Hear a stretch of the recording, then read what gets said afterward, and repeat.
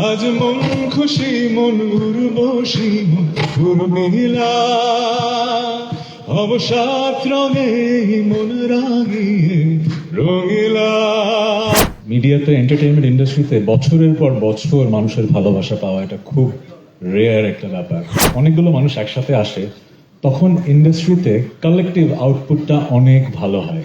এমন একটা লোভনীয় অফার দেওয়া হলো যে আমি আসলে রিমার্কে ছাড়া এখন কিছু ভাবতে পারছি না।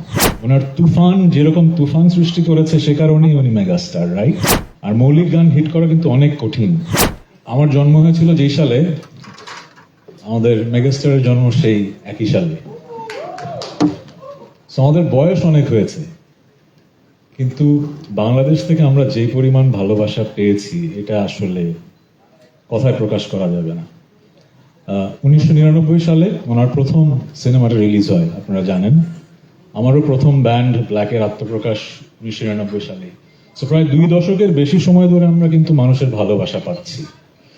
এটা যে কত বড় একটা ব্লেসিং এটা আমরা বুঝি, কারণ মিডিয়াতে এন্টারটেইনমেন্ট ইন্ডাস্ট্রিতে বছরের পর বছর মানুষের ভালোবাসা পাওয়া এটা খুব রেয়ার একটা ব্যাপার।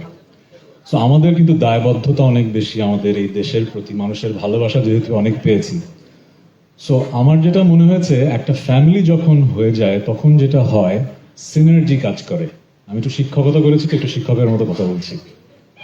সিনার্জি মানে হচ্ছে যে যখন double million offer Walton fridge কিনে পেতে পারেন 20 লক্ষ টাকা, রয়েছে কোটি কোটি টাকার নিশ্চিত উপহার। অনেকগুলো মানুষ একসাথে আসে, তখন ইন্ডাস্ট্রিতে কালেকটিভ আউটপুটটা অনেক ভালো হয়।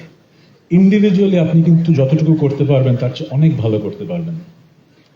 আমাকে এমন একটা লোভনীয় অফার দেওয়া হলো যে আমি আসলে রিমার্কে ছাড়া এখন কিছু ভাবতে পারছি না। এটা কোনো অর্থনৈতিক অফার না, এতটুকু আমি আপনাকে বলে দিতে পারি। যেটা হয় কি, মানুষ বেঁচে থাকতে চায় কিভাবে? তার কাজ দিয়ে।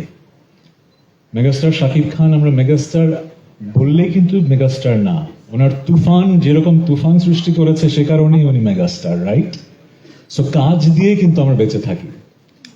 রিমার্ক আমাকে এরকমই একটা অসাধারণ সুযোগ করে দিয়েছে।